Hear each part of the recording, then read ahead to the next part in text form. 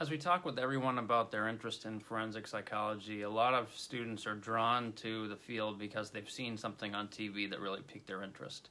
And unfortunately, television doesn't always relay things appropriately as they are in the real world. And much of what you see on TV is largely characterized, at least as forensic science, so you have to be careful of kind of what you're looking for. Forensic psychology is largely a clinical discipline, although it certainly can vary because a lot of students go into work in applied or social psych or other areas. But largely it's that intersection of the law and the legal system with psychology. And many of these students that come into our programs are interested in working with people that are influenced or a part of the system in some way.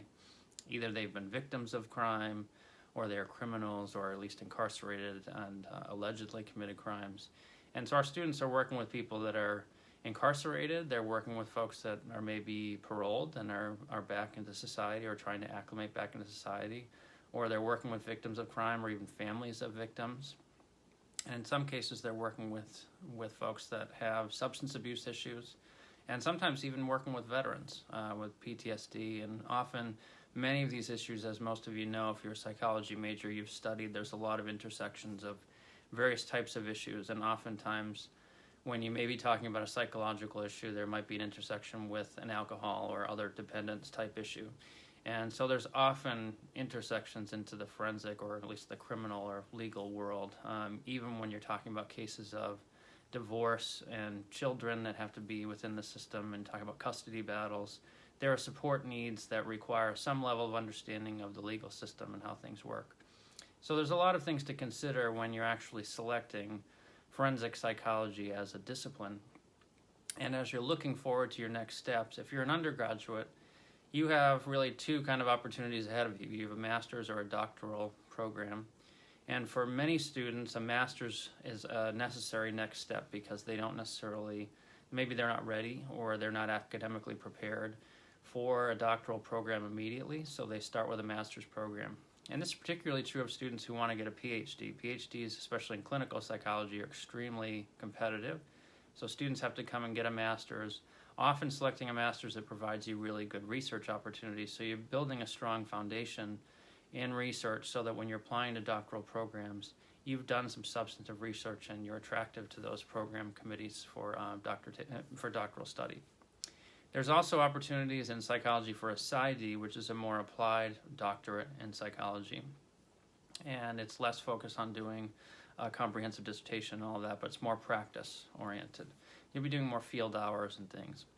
And then there's, on the master's side, there are really kind of two flavors. There's the research-oriented programs, and then there are programs that get you practical hours for licensure opportunities and other things.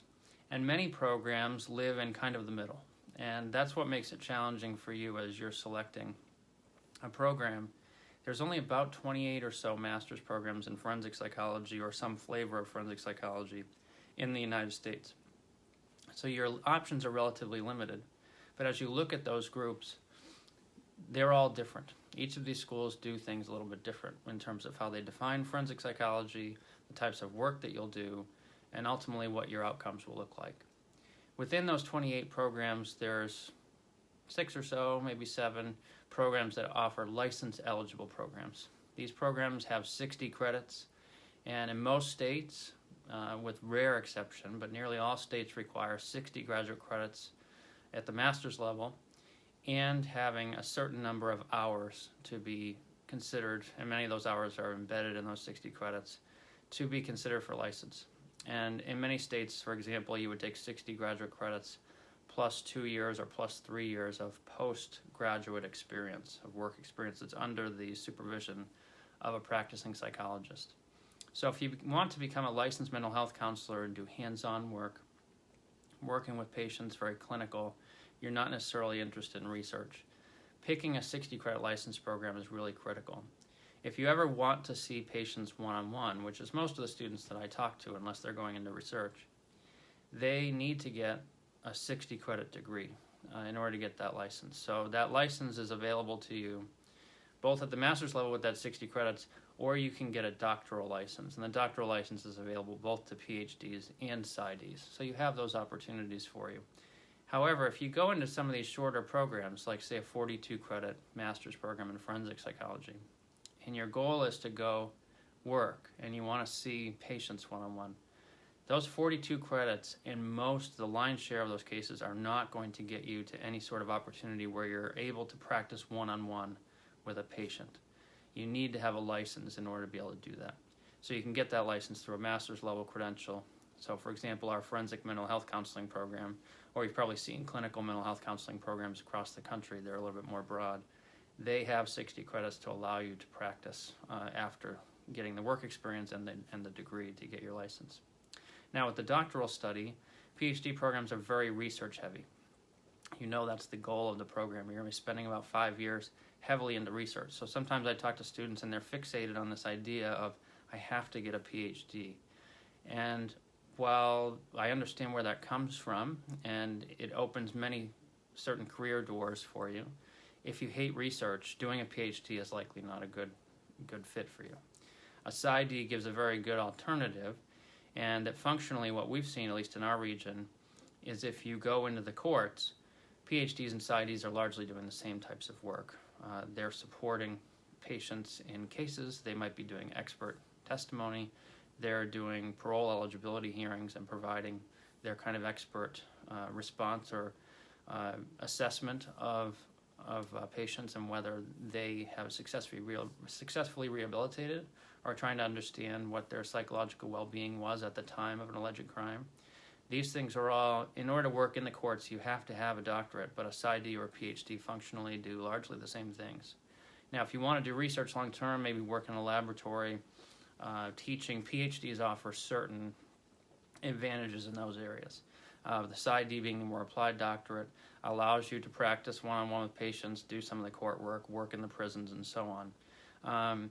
A little bit lesser so is if you get a master's level credential, like a licensed mental health counseling, so LMHC, or in some cases just an LPC in certain states, licensed professional counselor. Those are going to allow you to see patients one-on-one, but in most cases, largely if you're getting a 60-credit master's license, you're going to be able to see patients one-on-one, but most students don't often, in the long term, open up their own business, their own practice.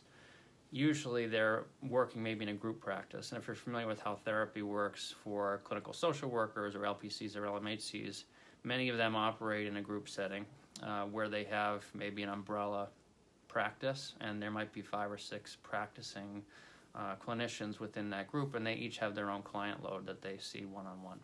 So that would be kind of more typical for a mental health counselor and LPC, whereas a PsyD or PhD may be more inclined to open their own practice in the long run, and that's more common if you have a doctorate. So as you're evaluating programs, you want to make sure that the content aligns with what you're interested in doing, and ultimately what your long-term goal is. And if you know you want to do research, you want to select a master's program or a doctoral program, obviously, that's going to give you strong research opportunity, but particularly in areas that you're interested in. Not every faculty member does at every area of interest that you may have in research. So if you want to work with sex offenders, for example, or if you want to work with juveniles and maybe do recidivism type work, that you want to select faculty that have those certain types of expertise, and that be both at the master's level and the doctoral level. Just be cautious that, again, while there's only 28 or so master's programs in the country in forensic psychology, they all do it a little bit different. So there's maybe a third of them or less that do really good research programs, and a third of them or so have the licensure opportunity, and the rest have kind of a mixture of those things. So the ones that have a mixture of those things, you want to make sure that they're going to get you to whatever your next level goal is, and whether that's be to work or to go on to a doctoral program. You just want to make sure that you're adequately prepared. You also need to be aware of, in terms of content, forensic psychology is a very broad discipline in some ways in terms of how it's defined.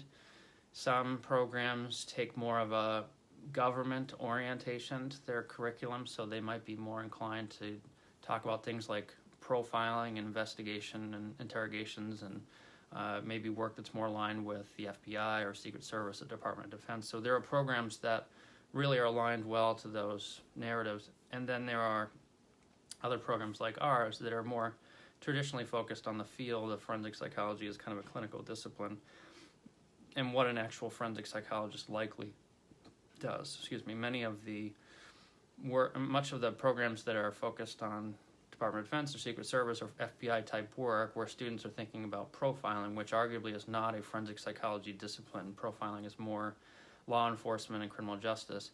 There are certainly programs that lean more heavily toward criminal justice focus than a psychology, more traditional discipline.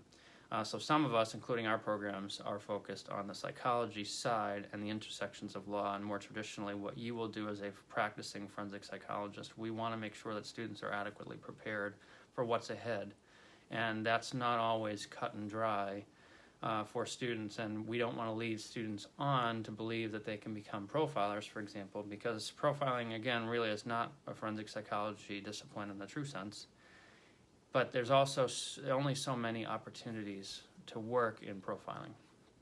And many of the students that are focused on profiling see things, I think it's on Law and Order, or maybe I'm getting this wrong, or Criminal Minds, I'm sorry, that the Behavioral Analysis Unit of the FBI is, I remember growing up, we didn't know what the BAU was.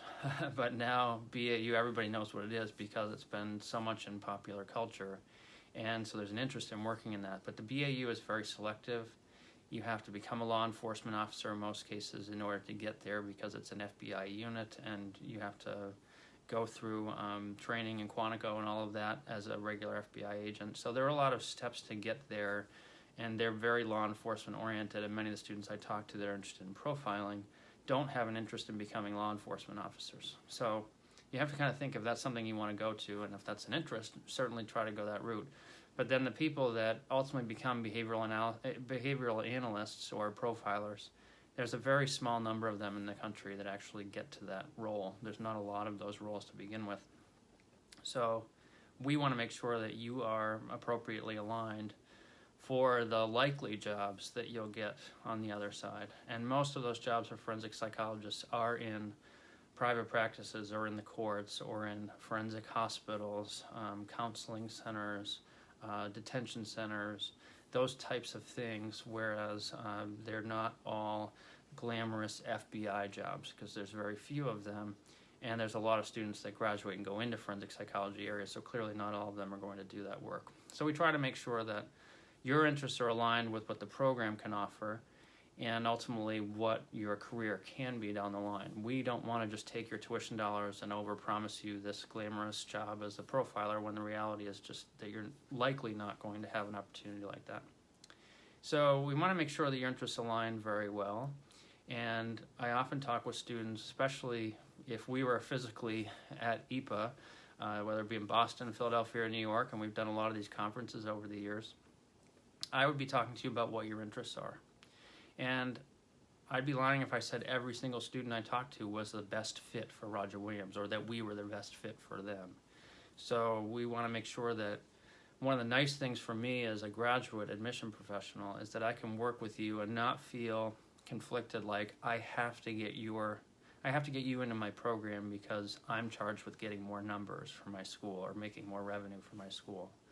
At the graduate level, we are focused on making sure that you find the appropriate fit because this is an investment of time and money, and ultimately, with undergrad, you can afford to kind of maybe make a mistake, and that's probably overstating that, but maybe you selected a major that wasn't the right major for you at the time. You can afford to kind of do that in undergrad. Undergrad's about a broader experience and learning about yourself and growing, and it's not as substantive on a particular subject area in terms of your long-term career goals. But as you get deeper into school at the master's level and ultimately the doctoral level, you're now selecting programs that are going to be charting the course for the rest of your life. You're not going to take a forensic psychology master's degree when you want to be a tech specialist. You want to become a forensic psychologist, so you're selecting a forensic psychology master's degree. So this is the opportunity for you to select the right program so that you're getting to that end goal. We don't want you wasting your 2 years or 3 years in a program and then coming back to us and saying, that wasn't what I expected, or I spent a lot of money on something that didn't get me what I wanted. So as you're having conversations with folks like us and others at other schools, make sure you're talking about what your long-term career interests are and how we're going to align best with you to make sure that this 2 years or 3 years is an investment in the right direction for you, so that if your goal is to get into a PhD, then our program will align you in certain ways, just like some other programs will align you in certain ways. Or if you want to get licensed, then the 6 or 7 licensure eligible programs will do that in certain ways. And in those cases, you might want to be looking at a school based on what kinds of placements that you would get for your hours. And others you might be looking at specifically and making sure they get you to the PhD or PsyD of your dreams, or whatever that looks like. But if your goal is to get working, obviously you need a licensure eligible program for that. So I hope that's helpful, just as a quick, and I wouldn't say quick, a 15-minute overview of kind of your thinking about forensic psychology in the field and selecting the right program. And please ask us questions and use us as a resource, and we'd be happy to help you in any way that we can, and we wish you the best of luck. So thank you for your time.